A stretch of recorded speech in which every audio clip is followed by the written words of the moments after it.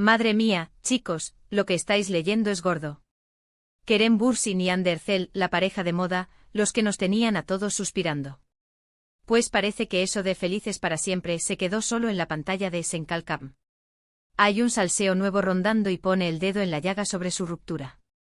Y no os voy a soltar el típico rollo de que la distancia, los horarios o la presión mediática.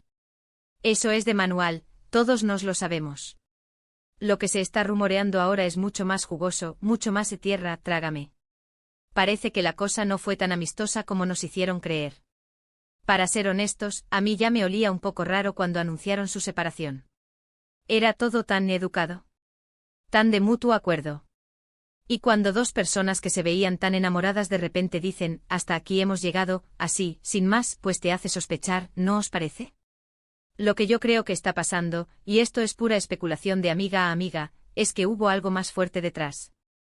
Algo que los medios no captaron, algo que ellos no quisieron que saliera a la luz. Porque pensar que de la noche a la mañana, después de compartir todo, de volverse inseparables, se dan la vuelta y se dicen adiós, pues no cuela. Muchos dicen que fue el tema de las carreras, que Kerem quería centrarse en Hollywood y Ande en Turquía. Y sí, eso puede ser un factor, claro que sí. Pero, ¿tan fuerte para romper una relación que parecía tan sólida? Yo dudo que sea solo eso. A ver, pensadlo conmigo. Están en la cima de su popularidad, ambos súper exitosos, y de repente ¡zas! Se separan. ¿Y si la presión de mantener la pareja perfecta para la prensa y los fans se volvió insostenible? Imaginaros el estrés. Lo que sí he oído, y esto sí que me ha dejado boquiabierta, es que pudo haber una tercera persona. Sí, como lo oís. No estoy diciendo nombres, que para eso ya están las redes sociales llenas de expertos.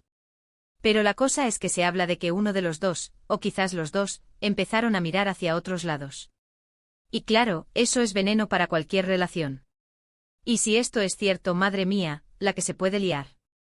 Porque ambos son súper queridos, súper seguidos, y si se descubre que hubo infidelidad, la decepción para los fans sería enorme. A ver si por eso intentaron mantenerlo en secreto y presentaron la ruptura como algo más civilizado.